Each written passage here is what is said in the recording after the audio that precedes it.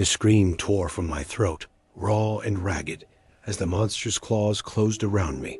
My eyes flew open. I was in my bed, sweat-soaked sheets twisted around my legs. My heart was a frantic drum against my ribs. Just a nightmare. I sighed, relief washing over me like a cool wave. I scrubbed a hand over my face, the rasp of my stubble, a familiar grounding sensation.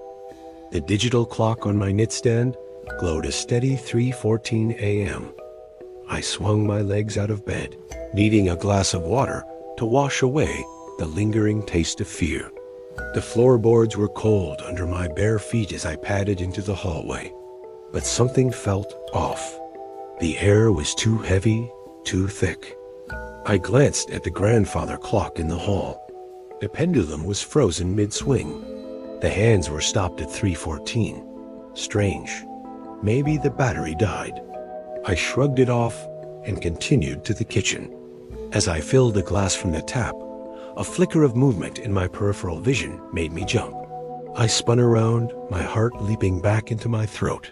There was nothing there, just shadows cast by the moonlight slanting through the window. But were the shadows always that dark? They seemed to writhe and stretch, clinging to the corners of the room like living ink. I shook my head. My mind was playing tricks on me, a hangover from the nightmare. I drank the water, the coolness doing little to soothe the unease coiling in my gut. I headed back to the bedroom, deciding to just try and get some more sleep. Back in the hallway, I glanced at the grandfather clock again. Still 3:14. And the clock on my nightstand? Still 3:14. A cold knot formed in my stomach. That wasn't right. Not at all. I went back to the kitchen and looked out the window. The street was empty, bathed in the eerie glow of the streetlights. A car was parked across the road, but the light reflecting off its windshield didn't move. A leaf, caught in a phantom breeze, hung suspended in mid-air just inches from the pavement. Everything was frozen. A perfect silent diorama of a sleeping suburban street. Panic began to bubble up inside me. This wasn't real. It couldn't be. This had to be another dream. Of course, I just needed to wake up. I closed my eyes tight and focused, trying to force myself awake, just like I did when I was a kid. Come on, wake up, wake up. My eyes snapped open. I was in my bed. The sheets were tangled around my legs, clammy with sweat. Relief, so potent it was dizzying, flooded through me. It worked. I was awake. I took a deep, shuddering breath and looked at my nightstand clock. 3:14 a.m. No, that's not possible. I threw the covers off and ran into the hall. The grandfather clock's pendulum was still. The hands pointed to 3:14. I ran to the window. The leaf was still hanging in the air.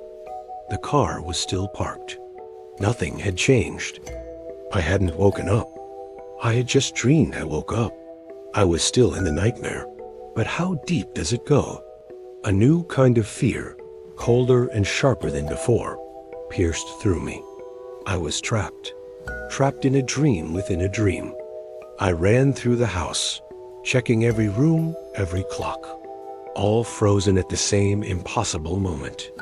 The shadows in the corners seemed to grow longer, darker, whispering my name in sounds that weren't quite sounds. I stumbled back into my bedroom and stared at my own reflection in the closet mirror. The eyes darkened, the mouth twisted into a slow, knowing smile. It wasn't my smile. It was the smile of the monster from my first nightmare, the one I thought I'd escaped. My reflection raised a hand and pressed it against the glass from the other side.